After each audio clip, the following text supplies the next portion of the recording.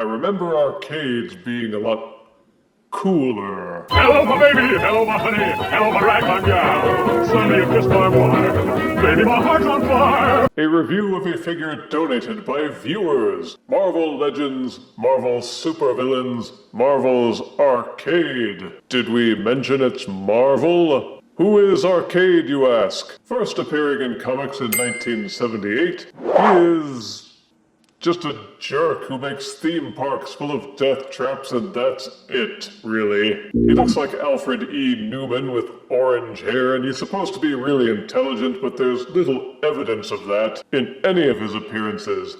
He has no superpowers, no outstanding abilities, no gimmicks, and certainly doesn't have any fashion sense. But I guess even Hasbro has to scrape the bottom of the barrel every so often, so they made a figure for him in the Marvel Legends line. See the box with the figure on full display, along with the Build-A-Figure piece. Unflattering artwork is on the side panel, on the back yet more, and his bio. A brilliant assassin with shadowy origins, Arcade makes up for his lack of physical strength with a keen intellect and a vast personal fortune.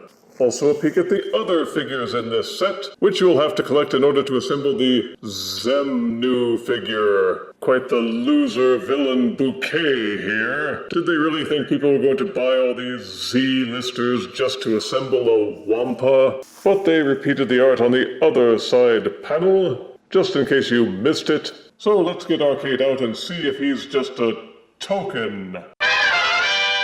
Out-of-box Marvel Legends Arcade comes with a cane, a spare head with longer, rattier hair, and the Xemnu Build-A-Figure leg piece. And this is Arcade. And I always thought the point of being a supervillain or superhero was that you could look cool. I'm just not seeing it with this figure. He was made during the 70s, and when you look at it, man, you can tell. The 70s was perhaps the ugliest, gaudiest, tackiest decade in mortal history. A time when all the people who wanted to wear ugly outfits weren't laughed off the stage as they should have been. And even though we've had nearly 50 years to wise up, they still haven't made Arcade look any better. Arcade is wearing a white suit.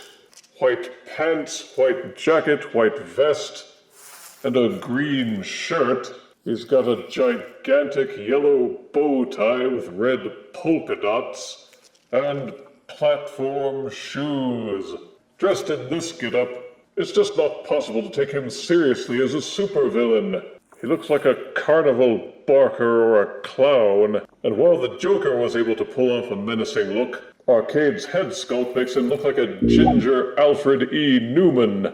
If you want, you can pop off the Alfred E. Newman head and replace it with the Fred or George Weasley head. But that doesn't make him look any better, just greasier. There's no getting around that as an action figure. This is just a goofy guy in a white suit, and an ugly suit at that. His outfit doesn't have any of the panache of the Joker or the style of the Riddler. The cane can be slid into the right hand or the left hand if you don't mind a looser fit. Frankly, the most fun thing you can do with this figure is put the spare head into the Xemnu leg and pretend that's an action figure. It would just need a connection adapter if you can 3D print one at the right size.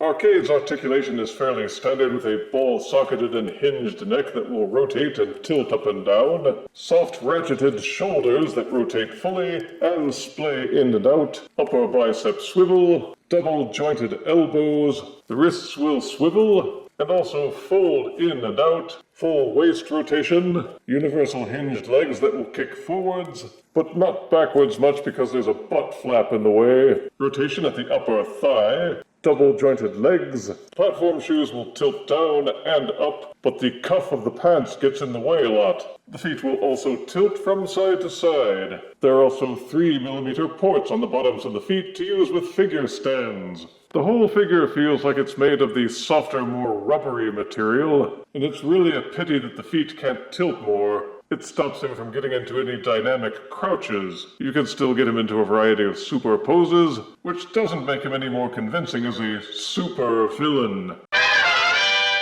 Standing at about 6¼ inches in his platform shoes, here is Marvel Legends Arcade, next to Marvel Legends 90s animated series Green Goblin. Here he is next to Secret Wars Black Costume Spider-Man.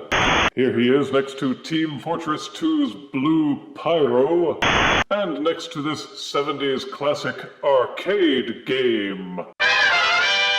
Arcade just never really seemed to fit into the comic book world as a supervillain. His only shtick was setting up giant theme parks full of death traps, then somehow capturing superheroes who were better than him in every way, and watching while they ran through his mazes. It's been done better in movies like Saw, or The Most Dangerous Game. Even the X-Men had a danger room which used the same principle, long before Arcade boogied his way onto the scene. There was never anything really original or compelling about him, and he's kind of meandered his way through the Marvel Universe ever since. It's therefore not surprising that the Legends action figure wasn't on the must-have list for any collectors. As for the figure itself, positives are that it's a very accurate representation of Arcade. It's well sculpted, the alternative head was a nice touch, the articulation is quite conventional, and the Xemnu Build-A-Figure piece is probably in demand somewhere on eBay. Negatives are that the materials are softer and more rubbery, the sculpted clothing cuffs inhibit any dynamic poses,